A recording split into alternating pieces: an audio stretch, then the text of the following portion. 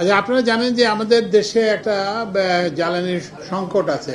সংকটের কারণ হলো যে আমাদের যে রিজার্ভ আছে সেটা দ্রুত এটা কমে আসছে, কারণ আমরা ব্যবহার করতেছি।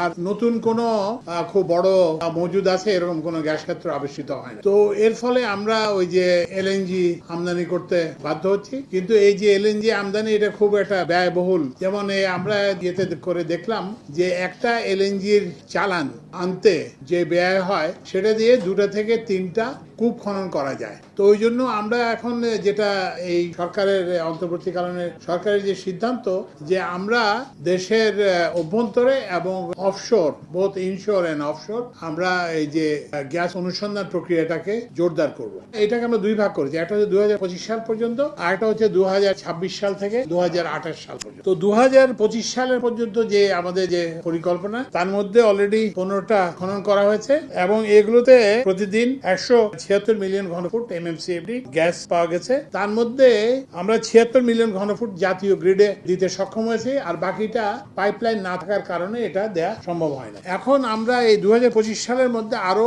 35টা কূপ খনন করব। এর মধ্যে কিছু অনুসন্ধান একেবারে নতুন, এরপরে কিছুটা হচ্ছে উন্নয়ন কূপ, যে একটু অ্যাডভান্স কিন্তু না। আর কতগুলো হচ্ছে ওয়ার্ক ওভার, যেগুলো এক্সিস্টিং কূপ আছে এখানে আরো একটু করে আরো গ্যাসের পরিমাণ বৃদ্ধি করা যায় কিনা সেই জন্য ওয়ার্ক ওভার করার। সব জায়গাতে আমার কাছে ফাইল আসে কি ডিপিপির মেয়াদ বৃদ্ধি করতে হবে, তারপরে হচ্ছে যে এটার ব্যয় বৃদ্ধি করতে হবে, মেয়াদ সময় বৃদ্ধি করতে হবে। তো আমরা এগুলো কিন্তু আর করতেছি না, এগুলো একটা অভ্যাসে পরিণত হয়ে গেছে। কারণ ওখানে ওই পরিকল্পনা কমিশনের পরিপত্রে বলা আছে যে প্রথমবার এতদিন করা যাবে, দ্বিতীয়বার এতদিন করা যাবে। তো এখানে এটা সবার মাথায় এটা ঢুকে গেছে যে না, আমি এখন প্রজেক্ট আমি দিছি ঠিকই বছর 4 বছর, কিন্তু এরপরে আমি আরো 1.5 বছর করবো আবার। আমরা কিন্তু এখন আর করতেছি না। কথা হচ্ছে যে সময় বৃদ্ধি আর মূল্য বৃদ্ধি এটা করছে না। যারা সময়ের মধ্যে প্রকল্প সম্পন্ন করতে ব্যর্থ হবেন তাদের বিরুদ্ধে ব্যবস্থা নেওয়া হবে, এবং যারা প্রকল্পের মূল্য ঠিক করতে পারবেন না, পরে এসে বলবেন যে আমার মূল্য বেড়ে গেছে,